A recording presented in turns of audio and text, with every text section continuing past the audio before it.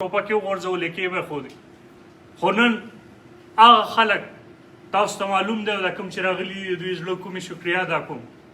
چې تاسو د بونیر سوچ کړی دی او موږ غواړو دا چې زموږ بونیر ترقي وکړي زموږ د بچي مستقبل دی موږ سکې ورکو زموږ بچي له دې موږ د ټوپک په ځای قلم ورکو زموږ بچي له دې موږ اعلی تعلیم ورکو چې هغه د پاکستان مستقبل جوړ شي زموږ خویندې میندې چې کوم په ماضي کې متاثره شوي دي کوم بې عزته شوي دي نو الله دې هغه ورځ چېرته په موږ باندې بیا رانولي چې موږ د هغې مخې ته لاړ شو په بنیاد د دې موږ دا میټینګ راغوښتی دی یو ځل بیا زه د خپل مشر د خپل فخر د دې خاورې د منسټر صاحب شکریه ادا کوم چې هغه په خصوصي توګه باندې ډیډک چیرمن فارجیان باچا په خصوصي توګه باندې د دې خاورې خبره کړې ده د بونیر اواز یې اوچت کړی دی چونکې تاسو ته معلومه ده چې دا ذمهداري چې ده وفاق د حکومت ته چې باډر یې هغوی به سنبالي دا د هغوی فرض دی چې زموږ د پاکستان چې څومره باډر دي چې هغه سکې وري چې هغه د مرکز د حکومت ته لاسي خو بیا هم دوی هغه سوال چیف منسټر صاحب ته ایښی دی او انشاءالله تعالی چې زموږ خپل وزیر اعلی دا باور راکړی دی زموږ د مشرانو له چې موږ به د خپل وفاق حکومت سره مذاکرات کوو د هغوی سره به موږ کینو د سیکیورټي په حال باندې چې زموږ صوبایي حکومت او مرکزي حکومت کومې ذمهدارۍ دي چې هغه موږ خپل لاس ته کړو چې موږ خپل بچي او خپل قوم او خپل خاوره امن طرف ته بوځو او که چېرې هغوی خپله ذمهداري نه ګڼله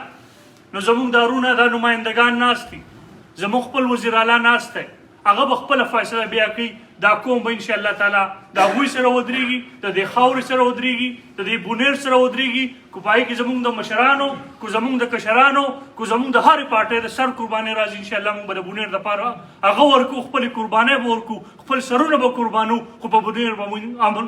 جنډه چې د هغه اوچتوو انشاءالله تعالی زما عزتمندو دا پولیس چې دي دا فوج چې دی دا زموږ د دفاع دپاره دی دا زموږ د سلامیت دپاره دی دا زموږ د بقا دپاره دی او چې کله هم دوی د زموږ ضرورت راځي فرنټ لاین سولجر زموږ دغه دي زموږ د دوی نه دا تمه دا توقع ده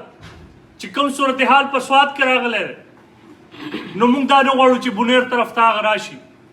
موږ دا غواړو چې په ملکن ډیویژن کې په پوره پاکستان کې امن راشي چې څنګه په تیر ګورنمنټ کې د 3.5 کاله مرکز عمران خان حکومت تیر کړی دی او په هغې کې یو ډرون حمله نه ده شوې یو خودکش دماکه نه ده شوې موږ هغه شان حکومت غواړو او انشاءالله تعالی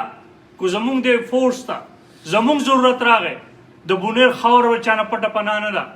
د بونیر قرباني له چا نه پټه پناه نه ده چې هغه انګریز له شکست ورکولی شي نو هغه دغې خلکو له انشاءالله تعالی د دې فوج سره د دې حکمرانان سره د دغې پولیس سره شانه به ولاړي د هغوی نه به 2 قدمه مخکې ځو انشاءالله بونیر له به امن راوړي زه یو ځل بیا ستاسو زړه کومې شکریه ادا کوم زه د منسټر صاحب شکریه ادا کوم چې ډېر ښه عملي سټپ یې اخیستی دی د بونیر د خاورې دپاره د بونیر د پرمختګ دپاره د بونیر د ښکلا دپاره او